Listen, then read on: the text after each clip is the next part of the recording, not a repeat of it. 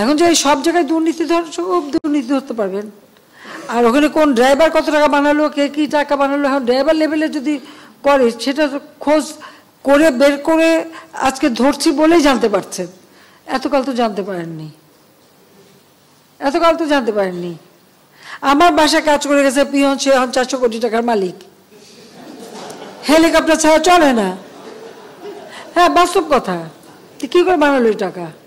যখন আমি জানছি তাকে বাদ দিয়ে তার কার্ডটা সব সিজ করে সব আমার ব্যবস্থা আমি নিচ্ছি।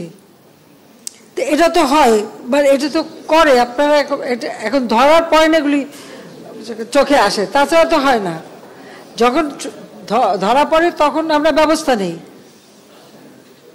এটা তো একটা মানসিকতা। আর একটা কথা আমি বলি, এটা শুধু আমাদের দেশে বলে না, সারা বিশ্বেই যে দেশটাই অর্থনৈতিকভাবে উন্নতি হয় সেখানে কিন্তু এই ধরনের কিছু অনিয়ম কিছু লোকের হাতে চলে যায়। কিছু টাকা পয়সা যারা অপান্ত তাদের হাতেই চলে, তারা বানায়, তারা তো অপেক্ষা করে থাকে। এটা যুগ যুগ ধরে এভাবেই চলে আসছে।